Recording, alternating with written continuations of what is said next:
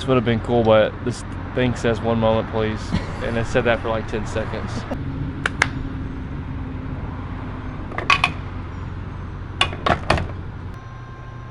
Hey, there we go. Hey. Now, get back. Yeah. Ooh. Cover that gas. Sick B-roll transition to the top. You think, Tyler, you must make bank as a YouTuber. Well, as a matter of fact, even if I did, half of that bank would go straight into my boat in the form of liquid gold. Let's get this party started. How do you do it? I don't know how to start a Ranger. Start. 1, 2, 3, 4. Start. Start. Yeah, press 1, 2, 3, 4, start. I did. I don't know. No, there's no kill switch. That's why. You know, folks, kill switches are important. Get down.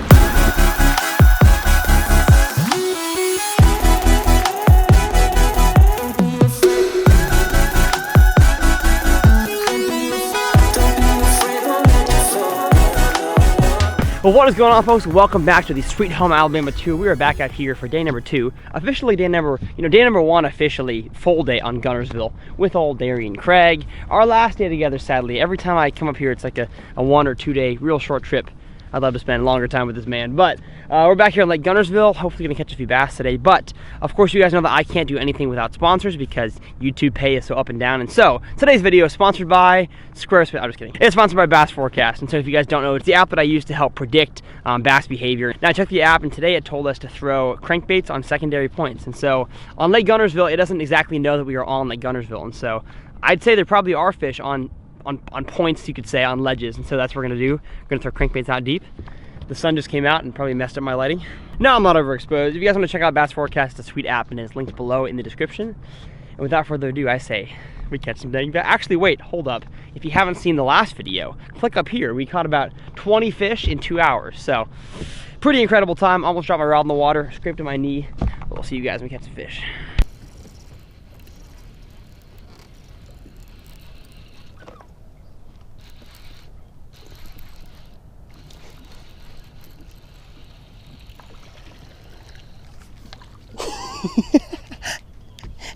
Darian's on the phone, and I caught one.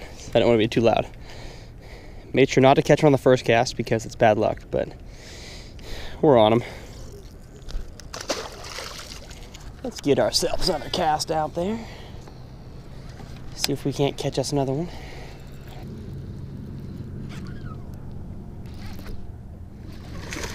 Fish number 2. Oh, got him on the side of the gill plate.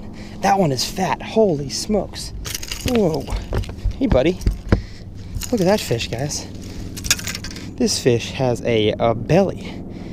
That's like a 1 3/4 pound fish, and it's 14 inches. All right, see you, bud. As soon as Darian gets off the phone, I'll explain what we're doing. Oh, that. Ooh. That feels bigger. Could be wrong. Could be wrong. Nope, I'm wrong. Lost him.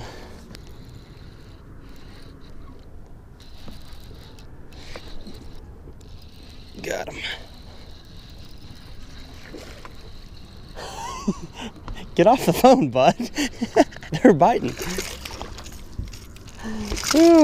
This is absolutely nuts. That's 4 fish and 10 casts. I'm trying to get work done, and all I hear is a bunch of sloshing around in front of the boat. And it's hard to pay attention when that's going on. Of course.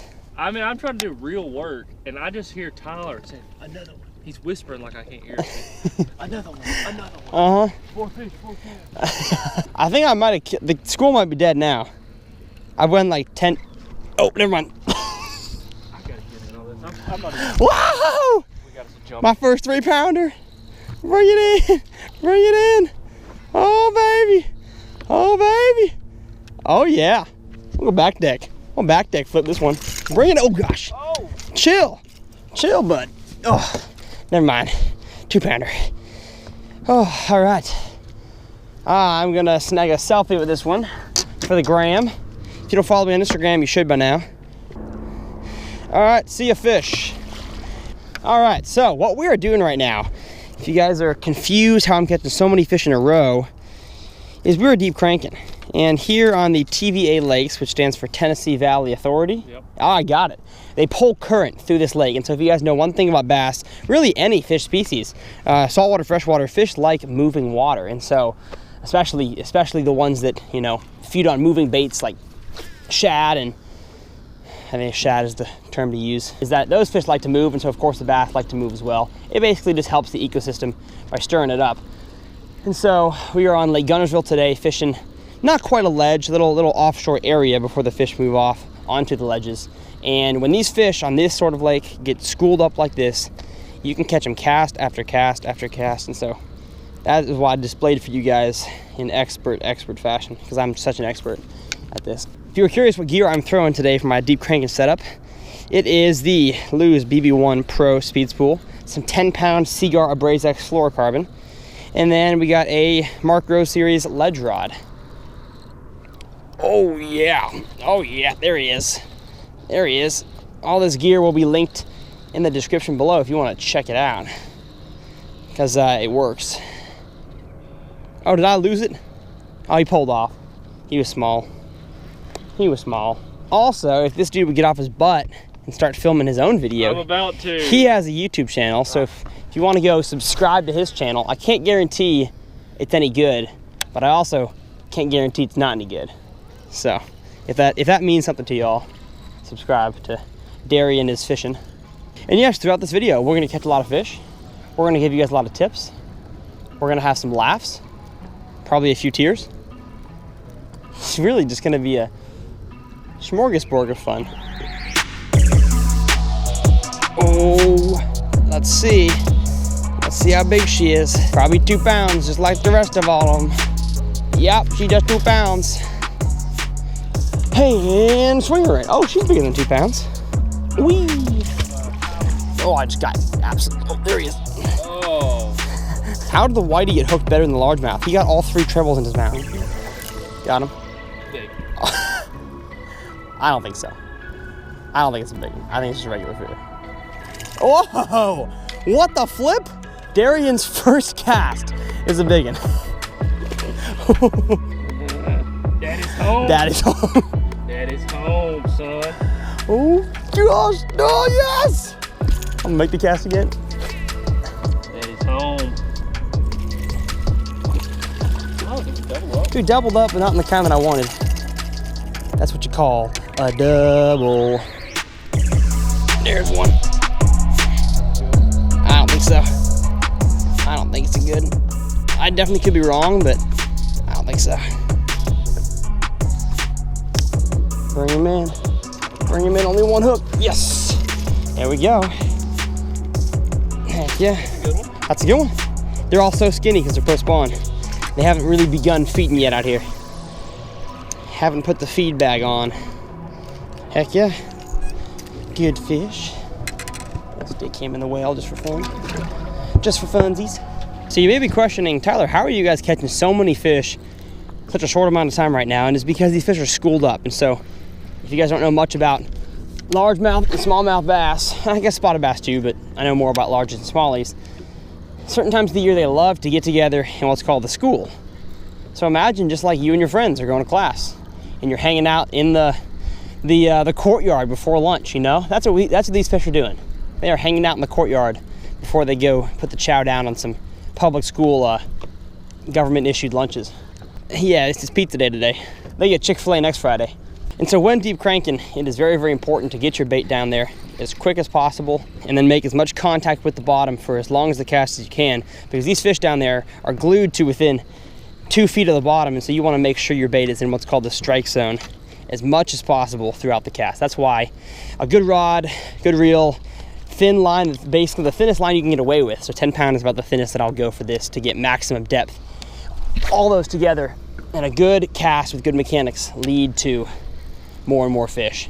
You know, you can catch them on a short cast, but it's harder and harder because you're missing out on opportunities that are down there. So you want to make sure you're making long casts. Now, of course, the speed can vary. Right now, we're using a pretty fast speed because these fish are aggressive, but there's times of the year when you're gonna have to slow it down, throw a lower gear ratio reel because those fish just don't want to have to chase it down a whole lot. But the early summertime is definitely, usually not that time of the year. Now, I've gotten a few DMs over the past few weeks about how to set the hook properly with a moving bait like a crankbait. And one of the things that you do not want to do is straight up yank on them and set the hook like you would a football jig, because these hooks, as you can see, are not meant for that. And also, there's 6 of them. And so when the fish eats this thing, all it really takes is what's called a reel set. You're just reeling along, you get the bite, and you just kind of reel along and set like this. Not a whole lot of power put into it, because if you're using the correct rod and the correct hooks, you're gonna get the hook in the fish's mouth and he's gonna come in the boat. But so many times I see a lot of kids, especially with square bills up shallow, they straight up yank on them when they get the bite and they pull it right out of their mouth, because bass have pretty soft mouths, and with a crankbait, they rarely get the hook all the way back in the crunchers where you get a Texas rig bite most often. With a crankbait, you're kind of on the outside of the mouth, and so you wanna make sure that you are always setting the hook nice and soft to make sure that fish gets hooked. Every storm runs out of rain. Oh gosh, Vigan. Dude, that looks huge. No, as I was saying, that camera ran out of battery, but Darian caught himself the old spotted bass. Interesting. Little one. Yeah, he thought it was giant. But they're that way. Yeah, that way. They're in this direction. If we're throwing a worm, I'm gonna open up the Lucky Tackle box and see what kind of worm I got in there. I'm gonna see what kind of worm I got in here.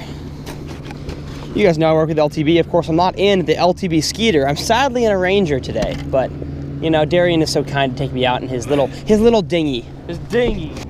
Oh my gosh. You'll never believe. Oh, I'm on the cover. Honestly, I didn't even know this was coming. What a pleasure.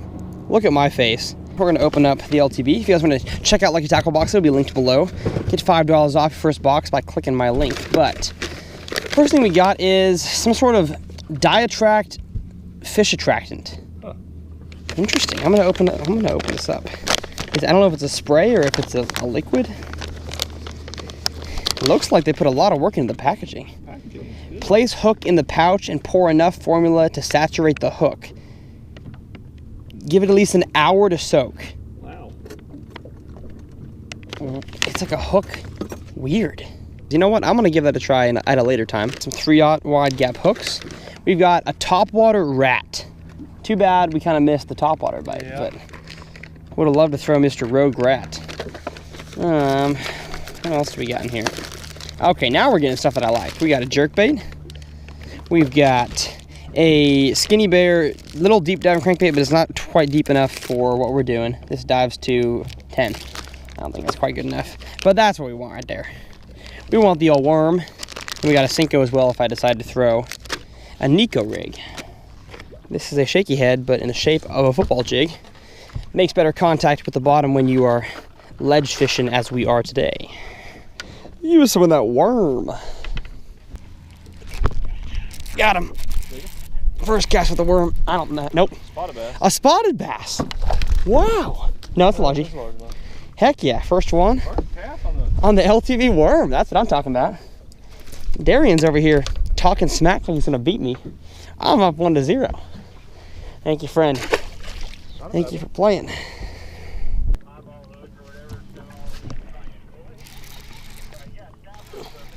There we go. Darian's on the phone again, and I had to go catch one. Really? Oh, hey! A little spotted bass. Oh. A little spotted bass on the LTB worm. Yeah. Thanks, buddy. Thanks for playing. Means a lot that you'd stop by. I don't know. Literally, I saw some dots behind the boat and I flipped. Nope, not a big one. Spot though. Alright, you go sell some boat parts, dude. Wow. I saw some dots behind the boat and I was like, I'll just make a flip back there. Didn't even get to the bottom. And I was reeling up to like, oh, I'll give up on that cast. There he is. Spotted bass are finally biting after Zeroing at Smith. They're biting now. Oh gosh, what's that? Yes it is, yes it is. I'm gonna lip them. Woohoo! All right, they're biting the worm. They're biting the worm.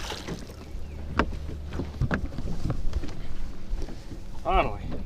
Would you look at that? Oh, that's a good one. That's a great one. Let me get the big camera. How big is that one? 5? 4.5 pounder. Oh yeah, oh yeah. Chunk. Stick her in the live well. Yep. We'll take it. All right, so Darian got the first official big one of the day on the big worm. So I think stick with the crankbait for a few more casts, and then if he smokes one more fish, I'll switch back to the worm. Hey, what's up, man? What up, big cat? Sorry I missed your call. Oh, it's all good. How's it going out there? Going good. We probably got 30 fish, only 2 over 4. You don't need my advice. You're doing just fine. Probably. We just You're have. good to go. We only got 1 5. We're looking for a big one. That's a boatload of fish. A 5 is a big one. He's caught a few on your Matt Allen Dirty Jigs head. Yeah, buddy. Got some encouragement from Matt Allen. And now we're gonna go smoke him. We gotta fight for our right to party. So we were back at the first school that we were whacking them on this morning. The one that Darian missed out on most of the action on because he was too busy being an adult on the phone. He's throwing the deep crank and I'm throwing the worm. A few minutes ago, some fishermen tried to get in a verbal altercation with us. I'll play some of that footage here. You're throwing the fish I'm good for. No, I'm throwing straight in front of me. You lost your mind. Just shut up. I'm gonna shut up. I'm not gonna say another word. Please I don't. want you to know you're a All right, but he left, so all good. Now the reason why I'm retrieving it with the rod basically pointed straight at the crankbait is because 1, you want to make sure the crankbait is running straight, and 2, it actually has the least amount of resistance on your hand and your body when you reel like this as opposed to always reeling like this. Your hand's gonna get a lot more tired when you are having the rod like this all the time on the way in.